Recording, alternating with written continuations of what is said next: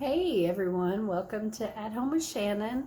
I am gonna make a weeknight dinner today. I just got off work not long ago and I'm ready to just make something yummy to eat. I'm making my confetti rice, which is just a basic rice. Well, I guess not basic, but it's a rice dish that's really delicious. So I know sometimes we'll eat just plain rice for health reasons or whatever, but there's nothing wrong with adding a ton of veggies and spice to the rice and make it delicious. So come along as we make my confetti rice. Okay, so I thought I'd bring you along with me while I prep the items, and then you'll see exactly how I prep each thing. And that way, if you want to make it along with me, you'll have time to gather your items while we're making it. Okay, so the first thing that I normally do is I'll go ahead and peel and chop a carrot. And I have a bowl here just to put my scraps in. So I'm just going to peel. Now this dish is called confetti rice because I try to cut up all the veggies in a similar size, pretty small like the rice. There's that, and then I just cut the ends off. Now if the carrot was skinny, I would just take and cut slices all the way down it. This one's not real skinny, so here in just a moment I'm going to cut it in half, and then after that then we'll have circles, and then half circles, but at least they'll be more similar in size. I cut these as thin as I can so they'll be nice and tender inside the rice dish.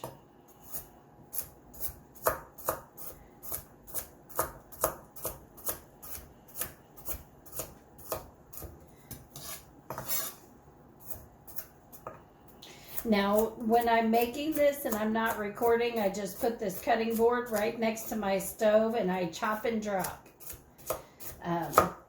And I normally will start with the corn, and because I like to just put the corn in a pan before I add any oil at all, and that way it'll get a nice color to it before we go. And then after that, then I'll add the peppers if I'm adding them. Alright, so then I've got about, I think it looks like almost a cup of carrots, and then I'll use a cup of corn, and I'm just using frozen corn, and then a cup of frozen peas,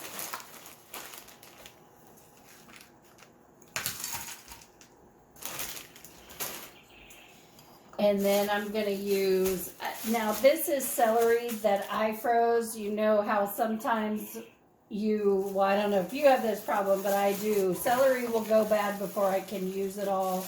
I'm not going to use a full cup of celery. But anyway, so I'll just take the celery that's left over, go ahead and chop it and put it in the bag in the freezer. And then I have chopped celery. And I'm not wasting it. So I try to keep frozen veggies on hand because they're so easy to just get a cup here and there out. All right, and then I've got one poblano pepper from my garden. I'm gonna just cut these off in strips, and then I'll chop those up. Now I will try to get these as small as I can. Now, if you eat onions, you go right ahead and put your onions in there. I've been not eating onions, and I've got a sensitive stomach. So if you eat onions, you go right ahead and add onions into this and fresh garlic. But I'm going to use onion powder and garlic powder instead. And I actually will be using my Cajun blend, which has that all in it. So we'll just do strips here. Skinny strips. And because this is just a, you know, a nice, quick weeknight meal, we're not going to worry about everything being exactly the same size, but I do want it to at least be small.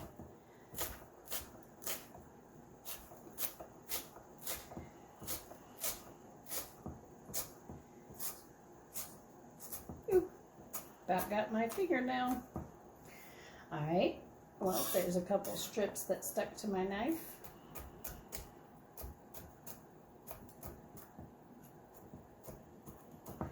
All right,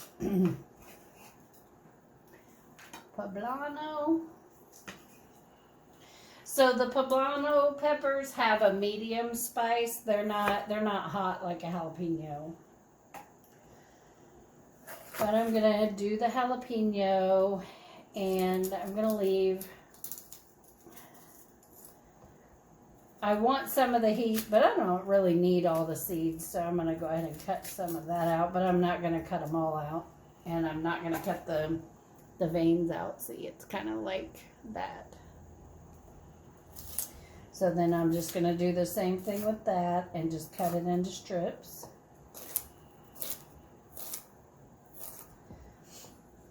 Smells delicious. This is big booger, not a literal booger.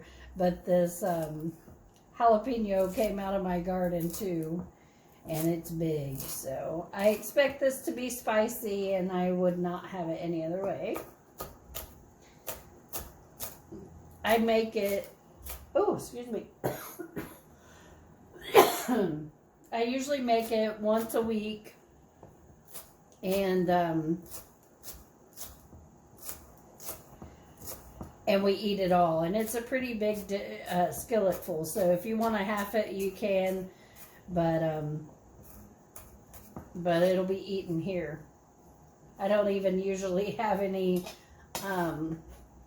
left over to, you know, put in the freezer. Sometimes if I know I've got something and it's too much for us to eat in a certain amount of time, then I'll go ahead and pop it in the freezer.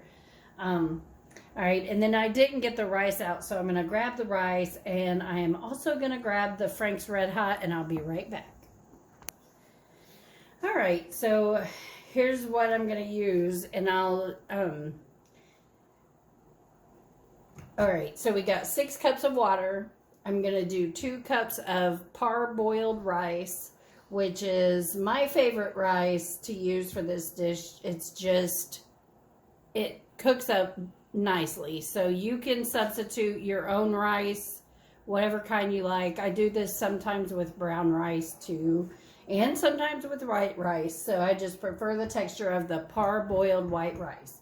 All right, and then we got chicken flavored broth base. This is, I'm going to use 2 tablespoons.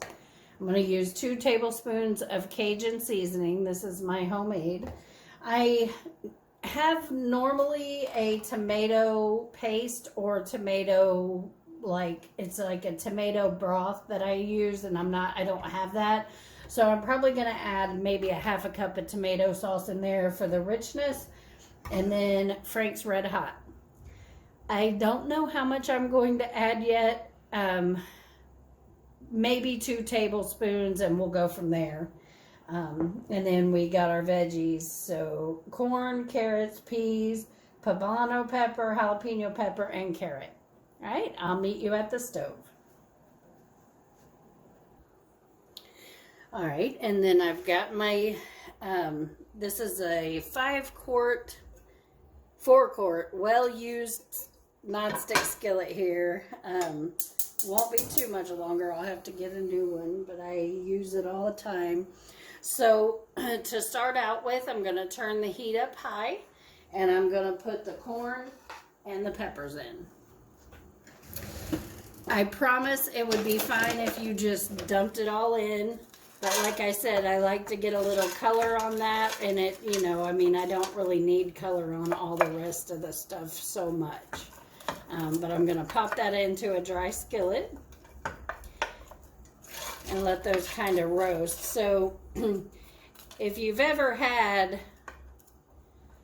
roasted poblanos, They taste really good when they have a little color on them and a little, sometimes I'll char them over the burner and let them get a little dark and then scrape the skin off, but I'm not going to do that. This is kind of a shortcut, so I'm not going to make you wait for the pan to get hot. I should have heated it up first, so I'll be right back. Alright, it's been about a minute, and it's starting to sizzle nicely. I mean, typically you don't turn your non-stick skillets on a real high temperature. You don't want to ruin the non-stick finish, but mine's on medium high. And I'm just going to give it a couple minutes. So you hear all the sizzling from the moisture that's on the frozen corn. So it'll dry up in a minute and then it'll all start to brown a little.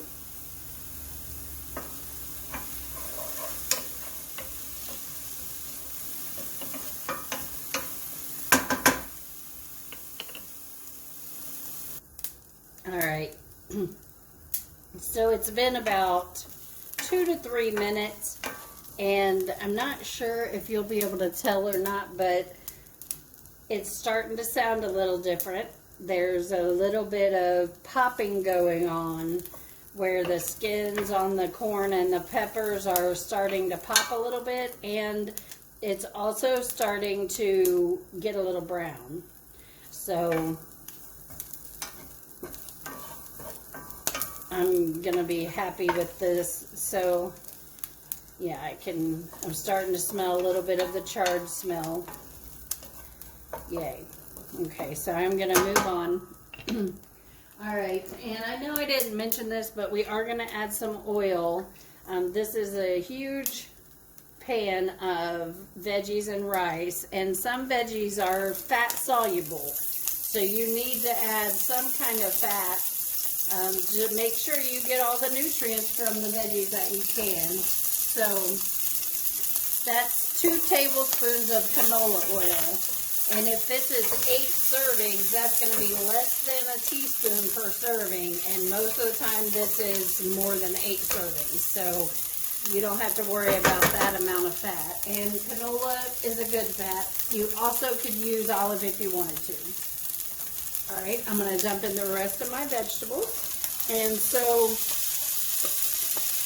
you really could just pop everything in here all at once and go if you wanted to. I would recommend, if you're using onions, definitely at least saute your onions first, because so they won't have such a strong raw onion taste in there. It just mellows them out a little bit. Alright, so because these are all frozen veggies, I wanted to get them in there and let them get warmed a little bit before we add anything else. And I'm also going to add the rice and let it kind of toast a little tiny bit.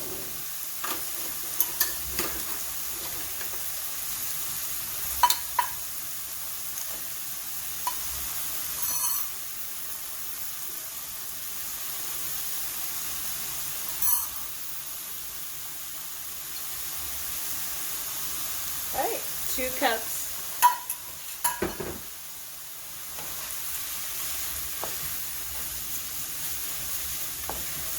If you could only smell it in here already. This is, I'm telling you, one of my favorite things to eat. The rice is smelling toasty and the veggies just smells amazing. Alright, and I am also going to put the seasonings in now. Alright, and my homemade Cajun blend, 2 tablespoons. So that has garlic and onion powders, salt, pepper, paprika, oregano, and thyme. So that's a nice seasoning blend there. I need to share the recipe again. Oh yeah, baby, oh yeah. Smells amazing. I really like spicy food, so I think buffalo sauce is one of my favorite things in this entire world. So, all right, and that's 2 tablespoons of the chicken soup base. That doesn't really have to toast at all, but just while I'm adding here. Oh man, my mouth's starting to water. So with this dish, I'm going to make my skillet chicken. I've made that for you before, so feel free to go back and watch that recipe. I'm going to open this tomato sauce. One moment. All right. Just been a few seconds. All right, and so now I'm going to add my water. So I've got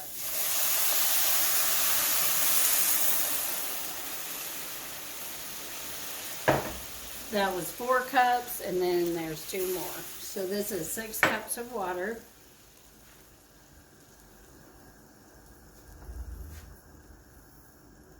And I opened my jar of tomato sauce, so I'm going to measure out a 1/2 cup of that.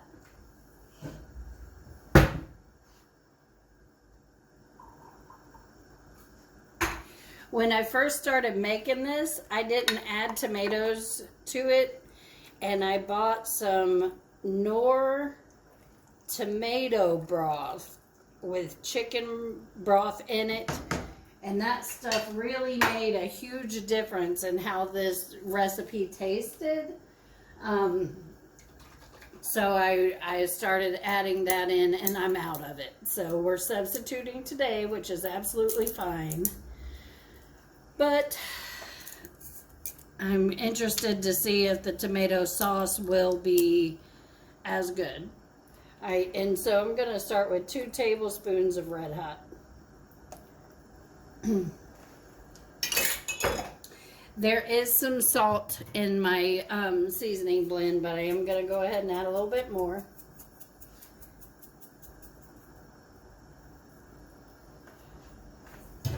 And then some fresh cracked pepper. There's pepper in the blend too, but I added 2 tablespoons, and I'm not sure that that'll be enough for the entire dish here.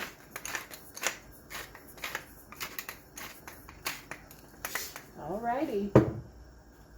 So this is going to come to a boil pretty quick because we got everything heated in there already. Too bad you guys can't smell it. So I'm telling you, this has been a lifesaver since being gluten-free because, you know, I don't always have bread. I don't want to eat gluten-free bread 3 times a day because it's not good for you, and it does cause you to gain some weight if you eat it all the time. So I try to balance that out with a lot of rice and potatoes. So generally I try to eat potatoes for breakfast, and then, you know, I'll have rice for lunch or dinner, and then I may do a gluten-free bread sometime during the day. And then, I mean, honestly, I found the gluten cutter, and I can eat a little bit of gluten here and there, but, you know, I've started noticing some joint pain and things like that, and I'm thinking it could be related. So I'm definitely going to watch how much I do that. Man, I'm getting excited already. All right, well, I'm going to go ahead and put the lid on this because it will boil faster with the lid on. And so I think what I'll do so I can get you a time on this is, see, it's going to start boiling right now. So I'm going to set the timer for 15 minutes, and that'll give us a good idea, you know, how long to tell you to cook it. Basically, with rice, you just cook it until the water is absorbed, and, you know, and it's normally done. You may need to adjust the amount of water you use for the type of rice that you're using. All right, but we'll check in just a couple of minutes. All right, it's been all of 2 minutes, and you can see it came to a boil, and then I've turned it down to medium, and I'm just going to let it simmer like that. So I'll be back. right, welcome back. It's been just a couple of minutes. No, I take that back. It's been 13 minutes because that's how long was left on the timer the last time I checked with you. So I was just getting my chicken out. I did the normal skillet chicken style, but I cut it a lot thinner, so I was just getting that out because that's done.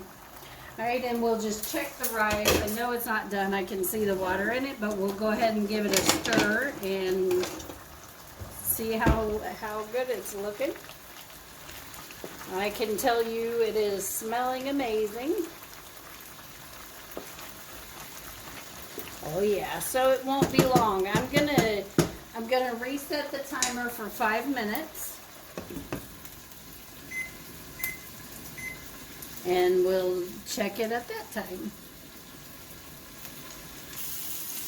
All right, it's about 30 seconds until the timer goes off, but I can see, and you'll learn as you make it a couple times that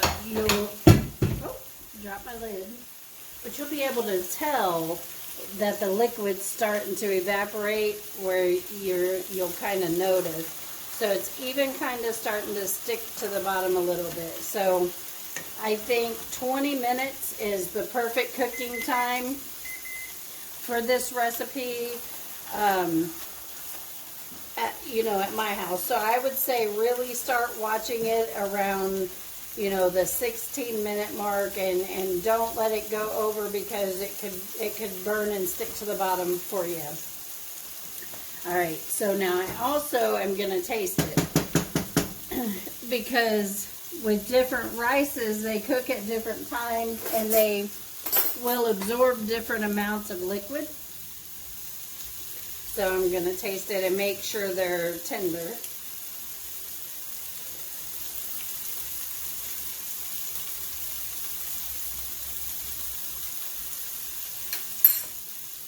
Yeah, it's done. All right, and the taste isn't quite exactly the same as when I use the tomato bouillon, but it is still really good. It's an easy weeknight side dish, and this will last in the fridge for 5 days at least, so you'll have it. And I know earlier I said I'll eat, potatoes and things for breakfast, but I have been known to eat a bowl of this with two fried eggs on top. So it's that good.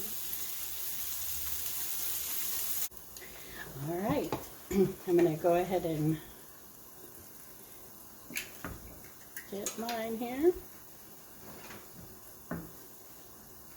And then some of this, see if I can work this spatula with my left hand. So I cut the chicken extra thin, so I'm just going to lay a few pieces on top.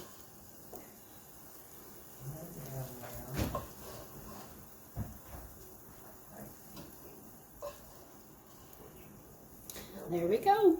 All right, well, I thank you for joining me for the confetti rice video. I hope you enjoy it and have a great day.